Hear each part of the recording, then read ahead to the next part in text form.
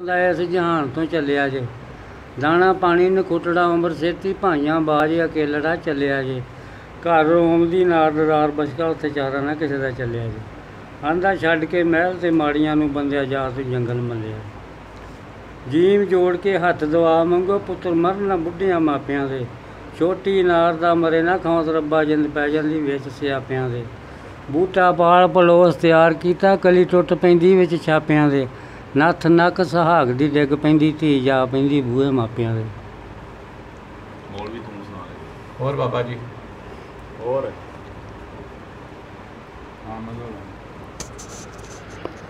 ਲਾਮ ਲੱਦ ਜਾਣਾ ਦੁਨੀਆ ਛੱਡ ਜਾਣੀ ਕਿੱਥੋਂ ਪੀਵੇਂਗਾ ਠੰਡਿਆਂ ਪਾਣੀਆਂ ਨੂੰ ਨਹੀਂ ਮਾਈ ਤੇ ਬਾਪ ਦਾ ਮੇਲ ਹੋਣਾ ਕਿੱਥੋਂ ਮਿਲੇਗਾ ਆਪ ਦਿਹਾਣੀਆਂ ਨੂੰ ਗੱਡੀ ਆਈ ਮੁਸਾਫਰਾ ਲੱਦ ਜਾਣਾ ਕਿਦੋਂ ਹੋਵੇਗਾ ਆਣ ਕੇ ਮਹਿਲੀ ਦਾਖਲ ਕਦੋਂ ਮਿਲੇਗਾ ਰਾਜੇ ਤੇ ਰਾਣੀਆਂ ਨੂੰ।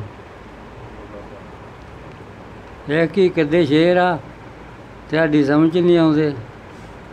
ਸੁਣਾਓ ਸੁਣਾਓ ਆਉਣਗੇ ਸਮਝ ਬਾਬਾ ਜੀ ਸੁਣਾਓ। ਦਾਲ ਦੱਸ ਰੱਬਾ ਕਿਹੜੀ ਤਰਫ ਜਾਈਏ ਇੱਥੇ ਨਹੀਂ ਗਰੀਬ ਨੂੰ ਰਹਿਣ ਦਿੰਦੇ ਆਪ ਸਾਂਭਦੇ ਰੰਗ ਮਹੱਲ ਉੱਤੇ ਸਾਨੂੰ ਰੂੜੀਆਂ ਵਿੱਚ ਨਹੀਂ ਬਹਿਣ ਦਿੰਦੇ ਝੂਠ ਬੋਲਾਂ ਤੇ ਤੁੱਧ ਥੀ ਮਾਰ ਪੈਂਦੀ ਸੱਚ ਨਹੀਂ ਜ਼ਬਾਨ ਥੀ ਕਹਿਣ ਦਿੰਦੇ ਮੁਹੰਮਦ ਬੂਟਿਆ ਇਸ ਮਸ਼ੂਕ ਦਾ ਛੱਡ ਖੜਾ ਨਾਮ ਰੱਬ ਦਾ ਨਹੀਂ ਲੈਣ ਦਿੰਦੇ। ਵਾਹ ਵਾਹ ਵਾਹ ਵਾਹ ਵਾਹ ਵਾਹ। ਹੋਰ ਬਾਬਾ ਚਾਚਾ ਆ ਵੱਜਾ ਸਿੱਧਾ ਇੱਕ ਜਾ ਗਿਆ ਬਾਬਾ ਜੀ